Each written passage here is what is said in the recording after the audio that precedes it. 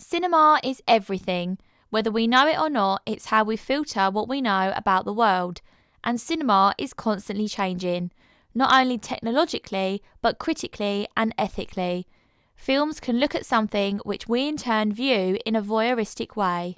Laura Mulvey coined the term male gaze in 1975. She believes that in film, audiences have to view characters from the perspective of a heterosexual male. The male gaze consists of three elements. 1. Women are displayed as a spectacle to be looked at. 2. Women's bodies are exhibited as objects of desire. And 3. Women are constructed as a spectacle for voyeuristic or scopophilia pleasure. In other words, pleasure in looking. She suggests men look and women are to be looked at, but is this still the case? The male gaze consists of manipulation through camera angles and movements. This forces an audience to see through a specific line of sight, including camera movements such as scanning the female body, slow motion to see how the body moves, and camera angles to emphasise specific body parts. As an audience, we have no control over how we see a character.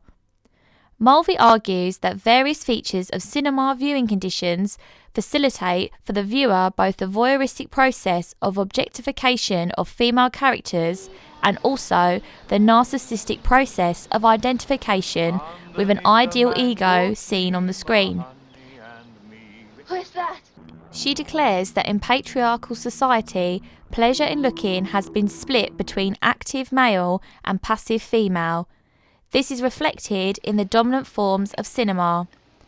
Jonathan Schroeder stated in 1998, "To gaze implies more than to look at.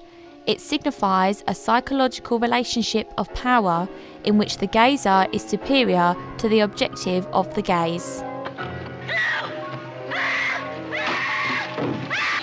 Alfred Hitchcock's films give good examples of the male gaze theory, such as Rear Window, Vertigo, and the famous Psycho.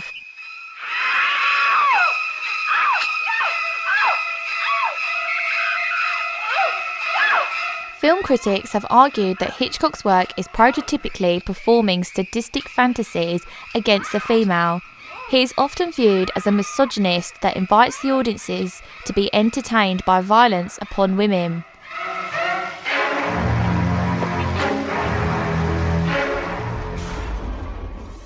Steven Soderbergh directed Magic Mike, which was released in 2011.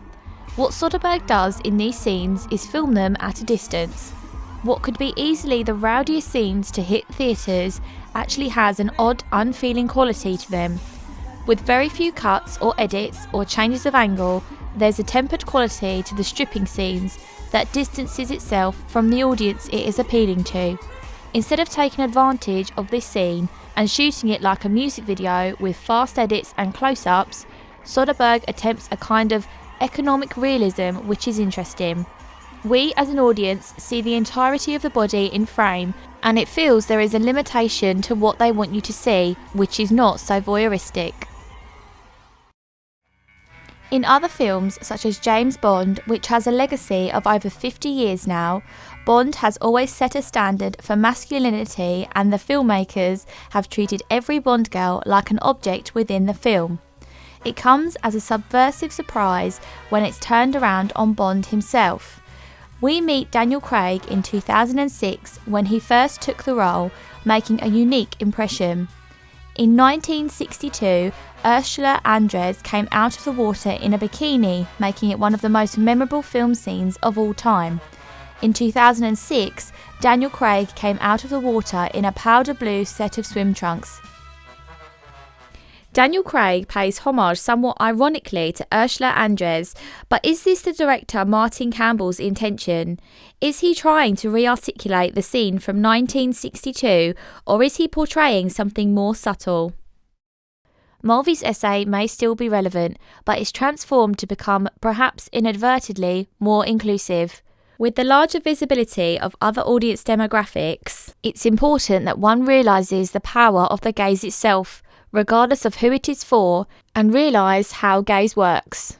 As Martin Scorsese said, cinema is a matter of what's in the frame and what's out.